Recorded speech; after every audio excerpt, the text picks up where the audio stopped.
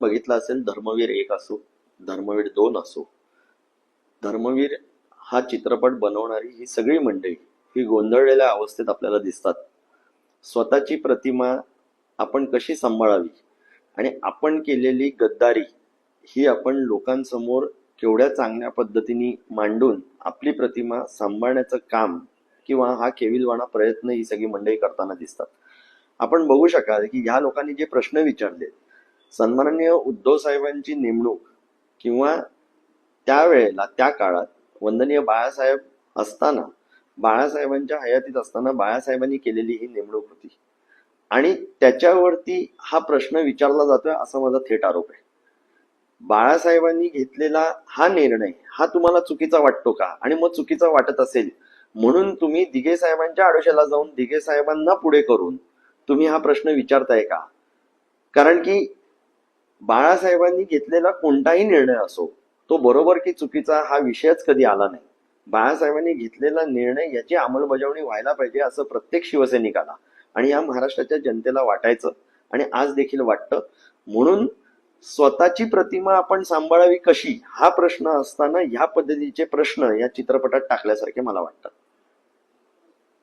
ह्या चित्रपटातून नवीन वाद जो आहे तो त्यांना पाहायला मिळतो. जे घडलं नाही ते देखील दाखवण्यात आलेलं आहे. हेच तर दुर्दैव आहे. म्हणजे तुम्ही जी गद्दारी केली ती आम्ही सांभाळावी कशी आणि लोकांच्या समोर आपली स्वतःची प्रतिमा कशी मांडावी ह्याचा एक केविलवाणा प्रयत्न वेळोवेळी केला जातोय.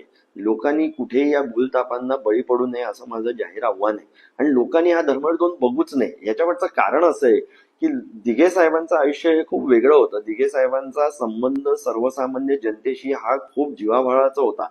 यांनी जो दाखवलेला आहे तो फक्त स्वतःवरती केंद्रित, स्वतःचा फोकस करून दाखवलेला आहे. तुम्ही नाव देताय धर्मवीर, लोकांच्या डोळ्यासमोर आणताय जशी काय तुम्ही दिघे साहेबांच्या आयुष्यावरती चित्रफित बनवताय. पण हे नसून दिघे साहेब थोड्या वेळ आणि त्याच्यानंतर तुम्ही स्वतःची इमेज बिल्डिंग ह्या चित्रपटाच्या माध्यमातून करण्याचा जो प्रयत्न करताय हा लोक समजू शकत नाहीत किंवा लोक एवढे मूर्ख आहेत असं कोणी समजू नये.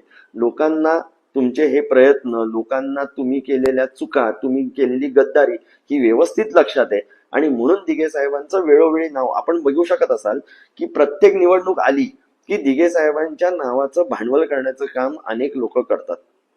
या अगोदर देखील दिघे साहेबांच्या मृत्यूच्या बाबतीतला विषय घेऊन वेळोवेळी हा प्रश्न विचारण्यात आला. या चित्रपटामध्ये देखील हेच म्हणण्यात आलं की त्या पिंडाला कावळा शिवत नव्हता आणि मग एकनाथजी शिंदे हे काहीतरी बोलल्यानंतर किंवा त्यांनी काहीतरी त्यांच्या मनातली गोष्ट मांडल्यानंतर होता असा एक पत्रकार तिकडे येऊन बोलतो. याचा अर्थ काय समजावा? आणि जर का मी वेळोवेळी स्वतः दिघे साहेबांचा पुतण्या म्हणून दिघे साहेबांना आग्नी दिल्यामुळे मी हे आव्हानात्मक सगळ्यांना बोललेलो आहे की ज्यांच्या कोणाकडे असे पुरावे जर का असतील तर त्यांनी समोर आणावे.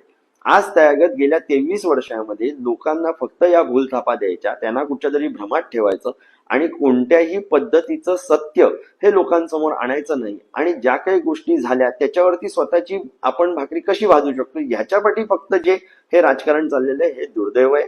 आणि मला असं वाटतं ठाणेकर आणि त्याचबरोबर महाराष्ट्राची जनता या भूलथापांना बळी पडणार नाही.